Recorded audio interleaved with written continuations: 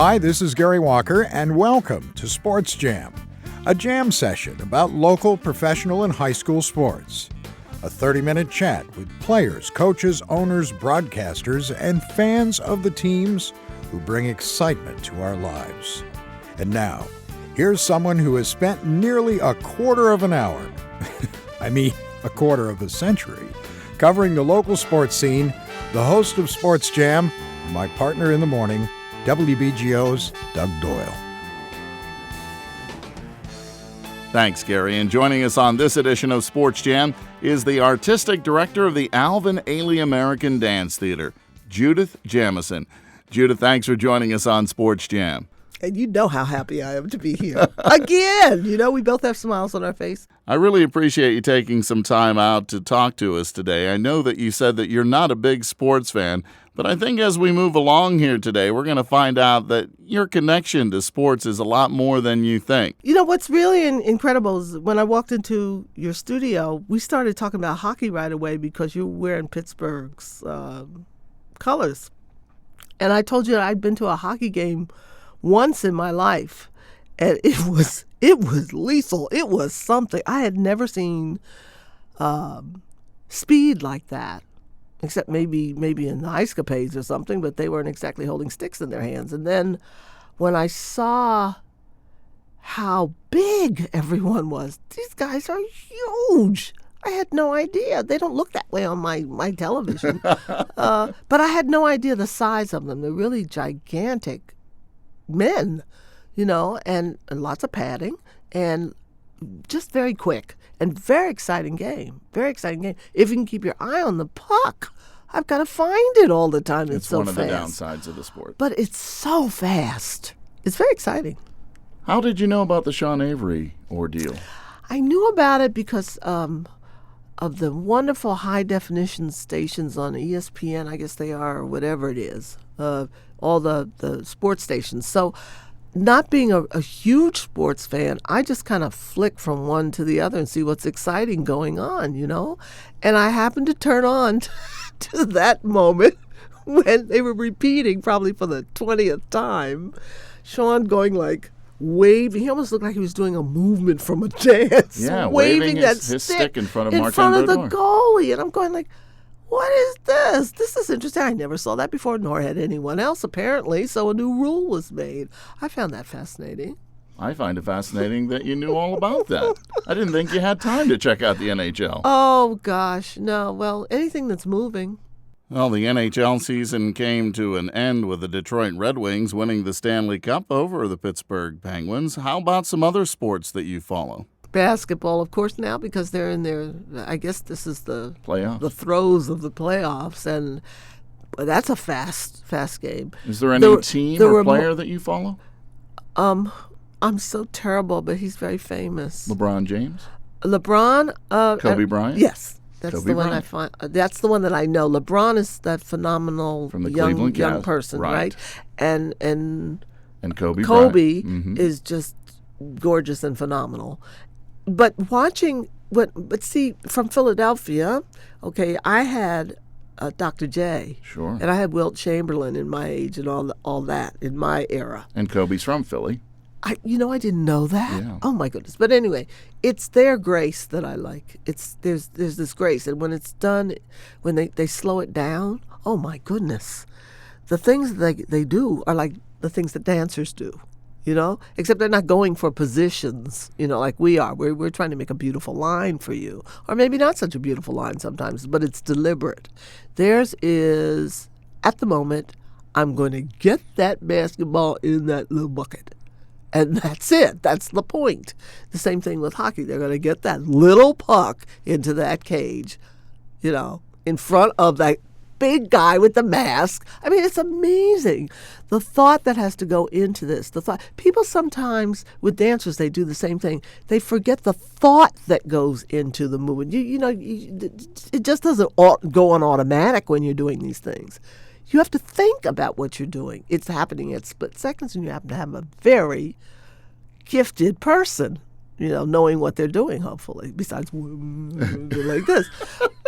But you know what I'm saying? Yeah. And that's exciting to me. It's exciting as not as exciting as dance, I must say. Dance does it for me. It's been doing it all my life. But I think for my mom, who liked baseball, I have favorites in baseball too. And those are? Oh, I'm going to get in so much trouble. That's okay. No, it isn't. It's okay for you. But I must say that one year as our host for our anniversary about 3 years ago for our gala evenings that we have, our gala evenings are really great. They're relaxed and festive and fun. And I have a board of directors headed by Joan Weil, who they raise wonderful amounts of money for our scholarships and our programs, etc. Well, we had, what's his name? New York Yankees, Derek Jeter. Such a gentleman he was. It was absolutely wonderful to have him there. Wonderful and he introduced the evening for us. So that was really terrific. Wow. Yeah, it was all nice. You get to hang out. You're a star. You get to hang out with the other stars. No, it's not because I'm a star. It's because I like people and they love the Alvin Ailey American Dance Theater and they do things for us. We're speaking with Judith Jamison, the artistic director of the Alvin Ailey American Dance Theater on SportsJam. I'm glad that you mentioned that when you watch sports, you think of your dancers, because when I see your dancers, I think of sports. Yes. I really do. Well, power, speed, absolutely, agility, just tremendous athleticism. Power, speed, and agility, and with a purpose. And intelligence. That's and technique. You have to have technique. I mean, that's why people still don't believe the dancers take class every single day. They have to take a class, a ballet class, a modern class, any kind of class, Horton technique class, Graham class, every day, sometimes twice a day. That's in between rehearsing for 8 hours. You still have to take class because your body is your instrument. It's not like you have a violin you can put away in a case and walk away with it. You still have to practice that, but you can put it away. You can't put your body away. That's right. You've got to keep it honed and trained and conscious, and it's got to work from the heart to get you, to give up what you need to give up to an audience. That's what I was talking about, the humanness of and our frailty and everything that we want to tell you as human beings about yourself, that light, etc. But it has to have intelligence with it. Otherwise you're just getting out there doing steps. What's the point? So I think that the fact that they can turn and spin and jump and raise their legs high and do all that, why? What's the point of that unless you have something to tell somebody about themselves? And that's where the human being comes in. That's where the heart comes in. That's where you really have to be totally honest when you come on stage, because you can't be any other way. Any other way. There's no other way to be. And realize that is a God gift and that it's precious and you don't have it forever. The body will stop on you after a while because of the things that dancers do, also athletes do, but the things that dancers do to their bodies. I mean, you come in the morning and you bend over and kiss your knees and bend back and kiss the floor. I mean, doing an exercise, It's very, very, very, very difficult, the dancer's life. And they don't get paid like athletes. There you go. That may be the one so difference. So there's the love. Yeah. There's the love. That's where concert dance, you got to love it. You have to. You have to have a passion about it, and you have to know who you are. And you have to realize that this is your life, and you are actually devoting your life to trying to show people what it is to be more human. So has anybody in your company doubled and played sports and talked about it? Well, they cross-train. Mm-hmm. They cross-train. Tell course, me about that. You'll find dancers in gyms. I mean, when I was on tour, there was no such thing as those spa rooms and stuff in hotels now that they have. They didn't have all that stuff. We went out on the street and walked. You did something, or you didn't cross-train at all because you were too tired to cross-train. Now, I mean, we walk around, we carry, I don't know how many pounds of equipment with us, and I travel with 55 people, and you arrive in a city, and already it's been researched so that you know that there's a gym or some kind of facility where you can do weights, you can cross-train, you can swim. Swimming is very good for dancers. Where you can do something other than take a class, And dancers love doing that. Most of them do. If they're not terribly exhausted. If you're really, really exhausted, you got to rest the instrument. You got to just lay low. You know what I'm saying? But we also travel with a physical therapist, which we never did before. But we've had a physical therapist now for maybe the last almost as long as I've been here or longer. You really love to perform here at the New Jersey Performing Arts Center in Newark, don't you? This is one of the theaters that I had on my wall. The prototype of the theater was sent to me by fax and what it was going to look like. And I put it up on my wall in my office, and I said, we're going to open this theater. And we did. And you did. And we did. What a special relationship you have with the New Jersey Performing Arts Center. There's a warmth here, besides Baraka, who we all know, Baraka Saleh. Who is a wonderful producer, and Larry, who's the head of the whole thing. It's a wonderful family, and when I walked into that theater just embraces you. It's one of the most beautiful theaters, and I've been to theaters all my life, all around the world. That is one of the most beautiful theaters to perform in, any kind of performance, but just beautiful. It embraces you when you walk in, and of course the Alvin Ailey American Dance Theater embraces you. At New Jersey PAC, the audiences respond to us in ways that are vocal. I love that. Absolutely. We come from the days when Revelations was done, which is our classic work, which is, of course, we're doing here. We come from the days of when we were doing, when I was dancing years ago, people used to bring tambourines to the theater. We had church right there in the theater. Mm-hmm. So here we are again, doing Revelations each time we close a program. And there's just something very special about the genius of Mr. Ailey's choreography. But there's something very special about spirituals, something very special about the angst of a people that triumph through all of that, and about how my dancers, who some have not experienced Mr. Ailey, most of them, because he had passed before, and some haven't been to, a sanctified, holy church, and they don't know what it is when somebody gets the Holy Spirit. They don't know what that's like. So I find it interesting that they're so anxious to grab a hold of what is old and what is new.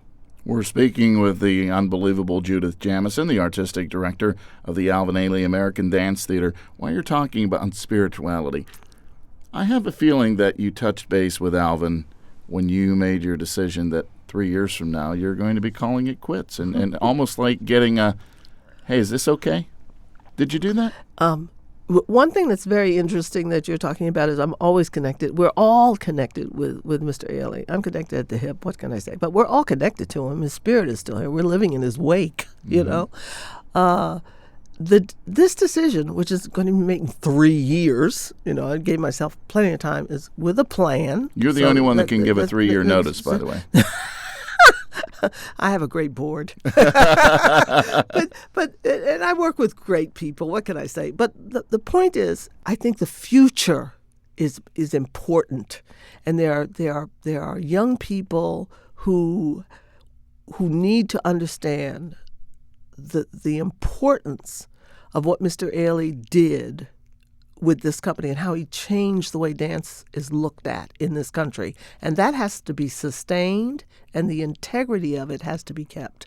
And so that's why it's important that, I was in communication with Mr. Ailey and with Mr. Chaya, who's celebrating his 35th anniversary. That's our associate artistic director. Talk about diverse people. The man's from Fukuoka, Japan. Now, how in the world does he get in the Alvin Ailey American Dance Theater and stay for 35 years? It's called love of Ailey. It's called love of the entire family of Ailey. You know what I'm saying? Mm-hmm. So this decision, comes at a time when I'm looking to that precipice that I'm always talking about and making sure that we take the right leap of faith. You've received many honors. You're the first artist, though, to ever be elected to the board of directors at NJPAC. What does that mean to you? That was neat. I didn't know I was the first. I really didn't, honest. No, it's really neat, especially when I make the meetings. And I try, because, we tour more than any other dance company in the world. But it's very special, especially when I see the mayor, especially when I see Savion, and Larry. And I see Baraka, And I hope everybody knows who I'm talking about when I'm saying Larry and think they do. Baracasella. And it's good to be around the women's contingent on the board. Very forceful, the women's committee, very forceful, in getting things done. Just sitting inside of the beautiful building, the beautiful theater, and having the meetings in the theater, just sitting in there is already a testament to the people that I'm sitting around, So it's great. People who have never seen the Alvin Ailey American Dance Theater perform, people don't really have any idea what to expect, do they? That's the idea, that they don't have any idea. Unless someone has told them, and that's fine. I don't mind if people, because if you say, I saw Revelations, you've got to see Revelations. Well, everybody says you got it. But the idea is Alvin created modern dance repertory. It's ballet company's purview to have repertory. That means that you can come in and see ballets. For instance, you'll see Firebird, Love Stories, Unfold, and Revelations, right? Then you'll see The Winter in Lisbon. You'll love that. That's Dizzy. Right. Sure. I know. Mr. Gillespie gave me permission to use this music. He just loved the company. So you see Dizzy. You'll see Winter in Lisbon, which is a tribute to the great Dizzy Gillespie. Flowers. Okay, let's go with Pink Floyd. Janis Joplin. You gotta love the diversity of what you bring here. Exactly. So people, there's nothing. There's excellence to expect. And there is an expectation of having a wonderful, uplifting transition in how you think about the space you were just in. When you leave the theater, you should feel differently. You should. We're there to change hearts and minds and spirits and all that. But to give you an experience that you don't have to take a test afterwards, You have a lot of jazz in your performances. Jazz really does something inside of you, doesn't it? All music does, but jazz is my music. It's my roots. So it's like what Alvin would call blood memories, And so, of course, because I grew up in a household that had, I was listening to Ellington, I was listening to Mahalia Jackson, I was listening to Eugene Ormandy conducting from the Philadelphia Orchestra. I was listening to Milton Cross coming from the Metropolitan Opera. I was going down to a club underage called Peps in Philadelphia to see John Coltrane play, Roland Kirk play. I could go on and on and on. But it's part of my culture. Jazz is part of my culture. So I celebrate. It's like hip-hop's part of my culture. And we're doing a ballet by Camille A. Brown. And the music is Ray Charles.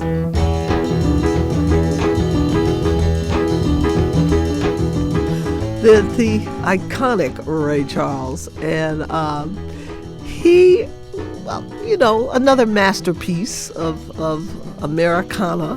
He's one of our icons. And here's this young choreographer who's in love with that sound and that rhythm and that beat.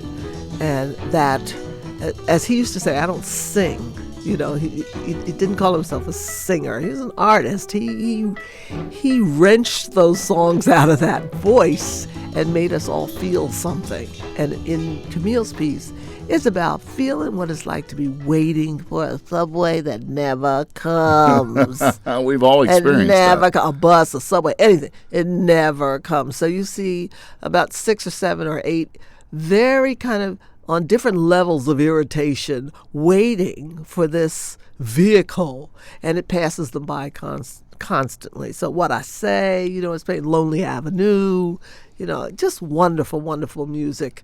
The combination of music, lights, costumes, et cetera, always fascinates our hardcore fans from New Jersey, but also those that they bring along. Because, Alvin always wanted people to come into the theater that maybe necessarily hadn't experienced dance before or being in wonderful New Jersey Pack. But he wanted diversity in the theater, and we do that. When the lights come up, you look around and you go like, oh my goodness, I don't know if I would have been here with that person. Or didn't we all enjoy this at the same time? And Alvin was very much about being that kind of an artist, about creating an atmosphere where you were accessible, that you saw people very hard at work and at the top of their game, and also seeing a future of young choreographers, of students, because, our school is flourishing, but making sure that young people understood, and that everybody understood that they have this like real nice light inside that needs to glow. Not every now and then, but all the time. It's about he was about being voracious about life, And the dancers, all 30 of them in my company, enjoy doing this repertory. You are sitting in the dark, having an intimate experience with 30 dancers on stage who are trying to tell you a story about yourself. We're trying to be a reflection of you. That's really what differentiates the Ailey dancer from maybe other companies, is that Mr. Ailey and myself, we were very interested in the person who happened to have the gift of dance. But I'm interested in who are you? Who are you? What do you have to show on stage? Everybody can do the pirouettes and the turns and the high jumps and all that. Why are you doing this? What is it for? So what's been the best response you've ever got to that question from one of your dancers? Well, I did a whole ballet based on that called A Hymn for Alvin Ailey, where I asked people what in the world they're still doing here. And I got several extraordinary responses. One being, first of all, the passion of having to do something that you have to do. I have to dance. It's not, I have to play the clarinet. No, I have to dance. This is, you feel it. It's like, a calling. You have to do it. The other is that they are so impressed and understanding what a generous person he was just by his choreography, that it was enveloping. It was like a big embrace, that word I use all the time. But that you could see his humanity through his movement. And you could see how generous he was by letting his peers on stage at the same time, introducing new choreographers into the venue of the company, taking their works around the world. It is his generous spirit that stays with us, because it was just about his physicalness, because he was an incredible dancer who most of these young dancers didn't see, except on film, because we do show them film. But it is that spirit of giving that, and his genius as a choreographer, that makes people radiate toward the company, just radiate toward the company, and love it, not like it, love it. What a shame that you've lost your passion. Well, what I say is true, and the only reason I'm like not moving around a whole lot is I know I have to stay close to this microphone. I'm very excited about next year coming, and we really celebrate our 50th anniversary. And I'm looking at some beautiful cards right now. I'm going to stick this in, just gonna stick it in a little bit, because you can buy some cards right now from Hallmark. Our 50th, we're leaving you some. Aren't they beautiful? They are nice. Yes, they are, because they're real people on them. They're us. But they're part of the kickoff of the 50th anniversary, which, again, I say we will be celebrating with you next year. If you had the opportunity, before you retire, to actually perform one more dance, whether you be right now or in your prime, what would it be and why? To perform another dance, first of all, I think about pain, but to perform another dance not in front of an audience, it would have to be anything from Revelations or Massacre Langage or Cry, or I can just keep naming. You have to pick one, you see. Naming. I can't just naming. You have to pick one for me. That's unfair. That's not fair. You can't see this right now, but she's giving me the Sean Avery into the microphone. That's not fair. It really isn't. I've danced too many I've had too many great moments in my life to say, this is Mount Everest. I've had several Mount Everests in my life. I'll accept that. Okay, you get a little bit of break from dancing. If you have one sporting event that you could go to, what would it be? Oh, that's a hard one, too. Well, because it's in season now, I'd probably go to a basketball game. You'd like to see an NBA playoff game, and maybe Kobe, right? Because I've never seen one. a professional basketball game gotta get before you in my there. life. I've seen professional hockey, but I've never seen professional basketball. No.